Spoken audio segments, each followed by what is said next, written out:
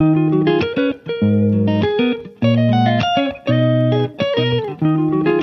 श्री गणेशाय नमः। नमस्कार दोस्तों, मेरे चैनल में आपका स्वागत है।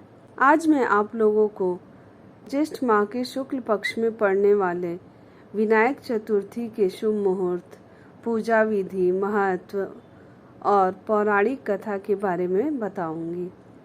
ज्येष्ठ माह का शुक्ल पक्ष 20 मई 2023 से शुरू हो गया है।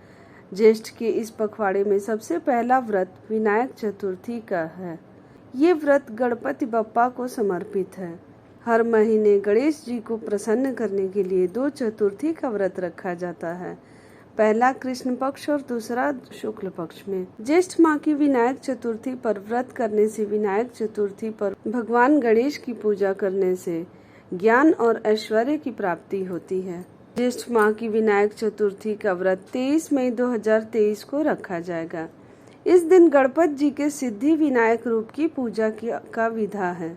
मान्यता है जो व्रती सिद्धि विनायक की उपासना करते हैं उनके समस्त कार्य सिद्ध हो जाते हैं, कोई रुकावट नहीं आती है। पंचांग के अनुसार ज्येष्ठ माह के शुक्ल पक्ष की विनायक चतुर्थी 22 मई 2023 को रात 11:18 पे शुरू होगी और 24 मई 2023 को प्रातः 12:57 पर इसका समापन होगा। उदया तिथि के अनुसार ज्येष्ठ विनायक चतुर्थी व्रत 23 मई को मान्य रहेगा।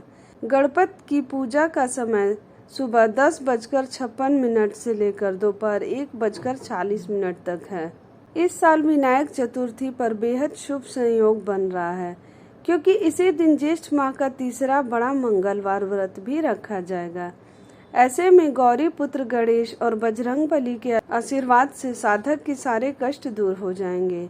राहु केतु से मुक्ति पाने के लिए गणपति की पूजा और मंगल दोष के दुष्प्रभाव को कम करने के लिए हनुमान जी की पूजा अचूक मानी जाती है। विनायक चतुर्थी व्रत में प्रातः काल स्नानादि करके लाल या पीले वस्त्र धारण करने चाहिए। इसके बाद पूजा स्थल पर पीला या लाल कपड़ा बिछाकर भगवान गणेश जी की मूर्ति की स्थापना कर उनका जलाभिषेक करें तथा उन्हें सिंदूर का तिलक लगाएं। अब उनकी अति प्रिय चीज दुर्वा, फल, फूल और मिष्ठान अर्पित करें। अब गणेश जी के मंत्रों का जाप करें, उन्हें लड्डू जरूर चढ़ाएं। अंत में प्रणाम कर प्रसाद वितरण करें और पूरे दिन फलाहारी व्रत रखकर अगले दिन पंचमी तिथि में व्रत का पारण करें। अब मैं आप लोगों को विनायक चतुर्थी व्रत की पौराणिक कथा सुनाने जा रही हूँ। बोलो श्री गणेशाय नमः। हिंदू धर्म में गणेश भगवान सर्वप्रथम पूजनीय देवता माने जाते हैं। विनायक चतुर्थी का व्रत करने से भगवान गणेश की विशेष कृपा होती है, जिससे घर में सुख समृद्धि आती है। मगर ये पूजा विनायक चतुर्थी की व्रत कथा के बिना अधूरी होती है। विनायक चतुर्थी की कथा के अलग अलग पहलू पौराणिक ग्रंथों में मिलते हैं, लेकिन जो कथा सबसे ज्यादा प्रचलित है उसके बारे में हम आपको बताते हैं। पौराणिक कथा के अनुसार एक समय जब भगवान शंकर और माता पार्वती नर्मदा नदी के किनारे विराजमान थे तो पार्वती जी ने महादेव से चौपड़ खेलने के लिए कहा। शिव जी तैयार हो गए, लेकिन इस खेल में हार जीत का फैसला करने के लिए कोई नहीं था। शिव जी ने आसपास देखा तो कुछ घास के तिनके बिखरे हुए थे। उन्होंने तिनकों को उठाया और उसका एक पुतला बनाकर उसकी प्राण प्रतिष्ठा कर दी। शिव जी ने पुतले से कहा कि बेटा, हम चौपड़ खेल रहे हैं, लेकिन हमारी हार जीत का फैसला करने वाला कोई नहीं है, इसलिए तुम बताओगे कि हम दोनों में से कौन जीतेगा और कौन हारा है। इसके बाद शिव जी और माता पार्वती चौपड़ खेलने लगे। दोनों ने ये 3-3 बार खेला और संयोग से पार्वती जी की जीत हुई। खेल समाप्त हुआ तो बालक से हार जीत का फैसला करने के लिए कहा गया।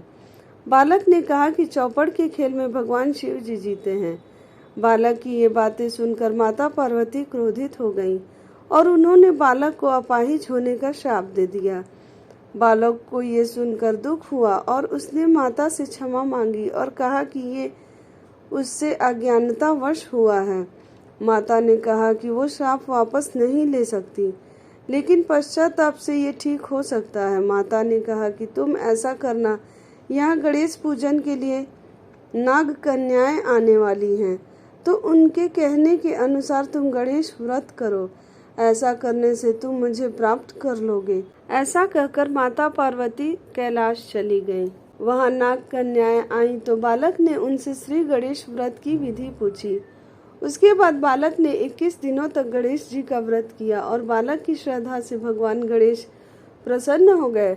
उन्होंने बालक से मनवांछित फल मांगने को कहा तो बालक ने कहा कि हे विनायक, मुझ में इतनी शक्ति दीजिए कि मैं अपने पैरों से चलकर अपने माता पिता के साथ कैलाश पर्वत जा सकूं।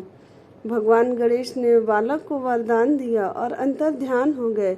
इसके बाद बालक कैलाश पहुंचा और कैलाश पहुंचने की कथा शिव जी को सुनाई। चौपड़ वाले दिन माता पार्वती शिव जी से भी विमुख हो गई थीं।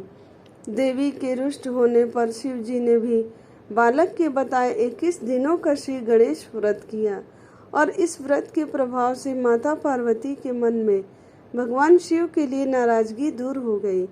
तब से ऐसी मान्यता है कि भगवान गणेश की आराधना करने वाले के सारे दुख दूर हो जाते हैं। विनायक चतुर्थी का व्रत रखने और भगवान गणेश इस दिन आराधना करने से उनका आशीर्वाद मिलता है और सारे दुख दूर होते हैं। व्रत कथा सुनने से इच्छाएं पूरी होती हैं और उसके जीवन में सुख समृद्धि बनी रहती है। बोलो श्री गणेशाय नमः।